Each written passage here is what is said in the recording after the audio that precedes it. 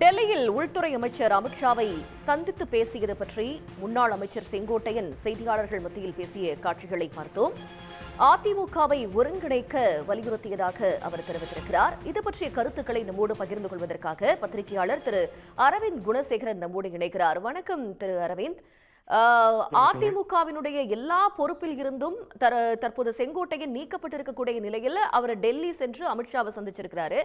அதிமுகவை மீண்டும் ஒருங்கிணைக்கணும் அப்படின்னு தான் அவர் தரப்பில் இருந்து கோரிக்கையானது முன்வைக்கப்பட்டிருக்கிறது. இது பற்றி உங்களுடைய முதற்கட்ட கருத்துக்கள். அதிமுகவிலிருந்து தற்போது பதவியிலிருந்து நீக்கப்பட்டிருக்கும் மூத்த தலைவர்களில் ஒருவரான செங்கோட்டையன் நேற்றைய தினம் டெல்லி செல்வதற்கு முன்பாக பத்திரிகையாளர்களை சந்தித்த போது தான் ஹரித்துவார் சென்று ராமர் கோயிலுக்கு செல்ல இருப்பதாக தெரிவித்திருந்தார். அதிலே அவர் சொன்னது தவறாக தான் இருந்தது. ஏனென்றால் ஹரித்துவாரில் ராமர் கோயிலே கிடையாது, ஹரித்துவாரில் இருப்பது சிவன் கோயில் மட்டுமே. எனவே அவர் போகும்போதே ஏதோ ஒரு காரணத்தை சொல்லி போக வேண்டும் என்பதற்காக தான் இது போன்ற ஒரு காரணத்தை சொல்லி அவர் சென்றிருந்தார்.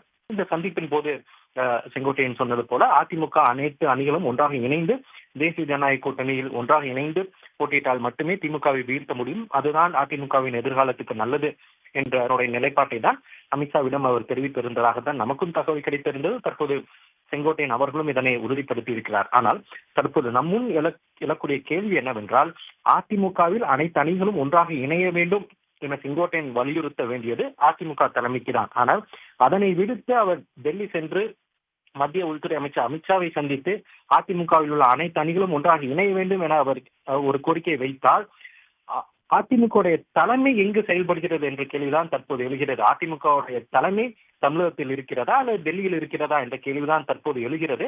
இதற்கு செங்கோட்டையன் தான் பதிலளிக்க வேண்டும். ஆனால் அரசியல் வல்லுநர்களை பொறுத்தவரை செங்கோட்டையன் இது போன்ற ஒரு அதிருப்தியோ இது போன்ற ஒரு போர்க்குரலை செங்கோட்டையன் எழுப்பியிருப்பது பாஜகவின் ஆதரவு இல்லாமல் அவர்களிடம் ஆலோசனை நடத்தாமல் செங்கோட்டையன் இது போன்ற ஒரு கருத்தை தெரிவித்திருக்க மாட்டார் என முன்பே பலரும் தெரிவித்து வந்திருந்தனர். தற்போது அமித்ஷாவிடம் சந்தித்து அமித்ஷாவிடம் இதே கோரிக்கையை தான் முன்வைத்திருப்பதாக செங்கோட்டையன் தெரிவித்திருப்பது மேலும் எடப்பாடி பழனிசாமி தலைமையிலான அதிமுகவில் அவர் ஒரு பலமான தலைமையில் அவருடைய தலைமையில் கட்சி இயங்குகிறதா என்ற கேள்விதான் மீண்டும் எழத் தோன்றுகிறது.